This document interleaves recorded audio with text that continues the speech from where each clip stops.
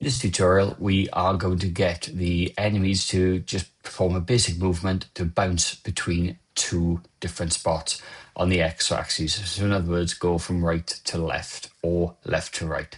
So if I just compile this game very quickly, as you can see, we have our player in here. We've already coded the player to move around, but the enemies are there and they're just static at the moment, although they are animated. So to get this to move, we are going to open the O enemy. And to do this, we've already made an O enemy object. And the first thing we're going to do is we're going to click on Add Event and then go into the Create option. Now, as part of this, what we need to do is look for a set speed. Now, if we look at the search at the top and you type the word speed in, you'll notice it looks like that one there.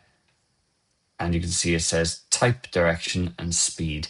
Now, if you look down on the menu on the left-hand side, so right-hand side, you'll see it is under the movement. So what we're going to do is set the direction there at direction. So we're going to leave that. And by default, GameMaker always sets the direction to move towards the right. So if we give it a variable number there, 3, so a speed of 3, let's press play. And what we'll see then is the enemies will start to move across. Lovely. Okay, so the next thing we need to do now is get it to collide with the wall, which is very easy. If we click on Add Event, go to Collision with the object a wall. And what we're then going to look to do is if we go down to the movement, there is an option here which says reverse, and you can just tell it to reverse direction.